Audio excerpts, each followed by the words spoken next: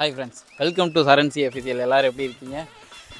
இப்போ நம்ம வந்து திருச்சி அதவத்தூர் அந்த ஊரில் இருக்கோம். அங்கே வந்து ஜல்லிக்கட்டு நடக்குது அப்படின்னு கேள்விப்பட்டு வேகமாக இங்கே வந்து பார்க்கும்போது நான் ரொம்ப நாளாக ஒன்று எக்ஸ்பெக்ட் பண்ணிக்கிட்டே இருந்தேன். ஒரு காலை வந்து தொட்டால் பறக்க விடுற மாதிரி ஒரு காலை இருக்குது அப்படின்ட்டு நிறைய பேர் சொன்னாங்க. நான் யூடியூப் வீடியோலாம் பார்த்துருக்கேன். அப்போ பார்க்கும்போது அந்த காளையோட வேகம்னா அந்தளவுக்குலாம் வேகமே இல்லை, மெதுவாக போகும். யார் தொட்டாலும் தொடவே விடாத அளவுக்கு பயங்கரமாக பண்ணிச்சு. அந்த காலை தான் நம்ம ஆண்டிச்சாமி கோவில் காளை.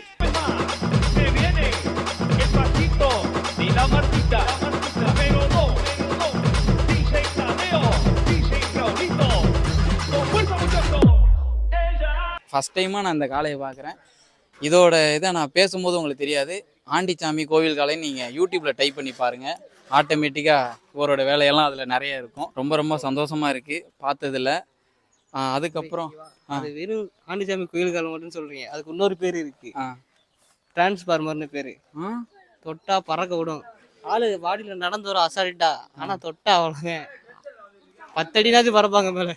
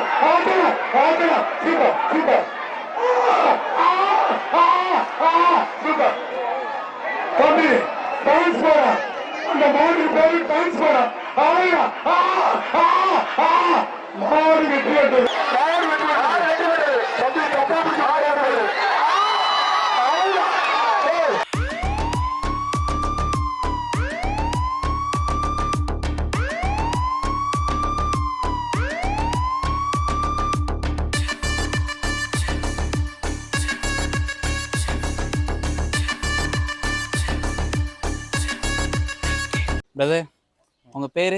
சரவணன். சரவணன். என் பேர் சரவணன் தான். ரொம்ப சந்தோஷம். ஐயா, உங்கள் பேருங்க? என் பேர் மலையாண்டி. மலையாண்டி, ஓகே. இப்போ ஆண்டிச்சாமி கோவில் காலைன்னா எல்லாருக்குமே தெரியும்.